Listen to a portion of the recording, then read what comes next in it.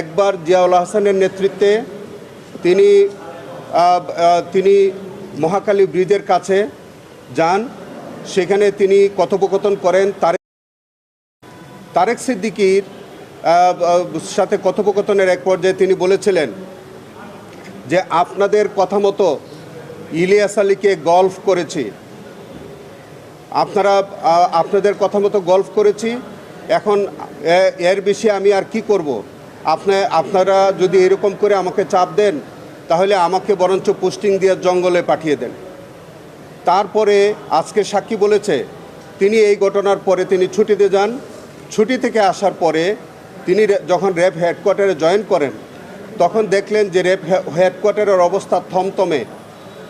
তার সহকর্মীদের কাছ থেকে তিনি জানলেন যে এই সময়ের মধ্যে, এই যে তিনি যে সময়টায় ছুটিতে ছিলেন এই সময়ের মধ্যে র্যাবের যে ইন এবং আউট যে রেজিস্টার এবং অস্ত্রাগারের যে রেজিস্টার এবং ভিডিও ফুটেজ, র্যাব হেডকোয়ার্টারের যে ভিডিও ফুটেজ, এই সব কিছু জিয়াউল হাসান ধ্বংস করে দিয়েছে, নষ্ট করে ফেলেছে।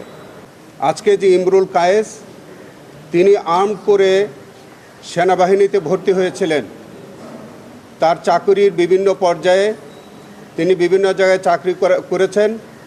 একটি পর্যায়ে তিনি এই জিয়াউল আহসানের রানার হিসাবে যোগদান করেন এবং জিয়াউল আহসানের বিভিন্ন কুকীর্তির তিনি সাক্ষী হন।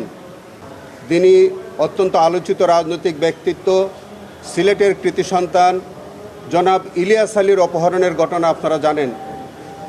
আজকের এই সাক্ষী থেকে আমাদের ইলিয়াস আলীকে অপহরণ এবং তাকে যে অন্তর্ধান করবার যে বর্ণনা, সেটাও এই সাক্ষীর মুখ থেকে আংশিক বেরিয়ে এসছে।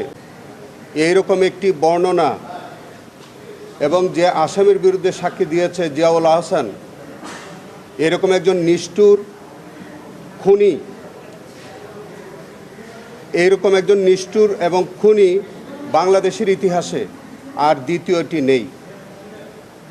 তিনি বর্ণনা দিয়েছেন যে একসঙ্গে 11 জনকে হত্যা করা হয়েছে, একসঙ্গে 7 থেকে 8 জনকে হত্যা করা হয়েছে, কখনো একজন করে হত্যা করা হয়েছে, কখনো সিমেন্টের বস্তাভর্তি সিমেন্টে বেঁধে গুলি করে নদীতে ফেলে দেওয়ার ঘটনা তিনি বর্ণনা করেছেন। আজকে সবচেয়ে নির্মম এবং যেটি সবচেয়ে আলোচিত যে ঘটনা, তিনি আজকে ট্রাইব্যুনাল একে তার যে জবানবন্দি তিনি শুরু করেছেন, এখনও জবানবন্দি তিনি আংশিক দিয়েছেন।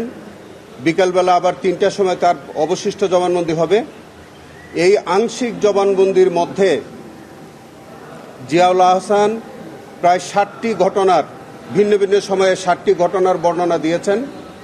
এই 60টি ঘটনায় তিনি প্রায় 30 জনকে নির্মমভাবে খুন করার বর্ণনা দিয়েছেন।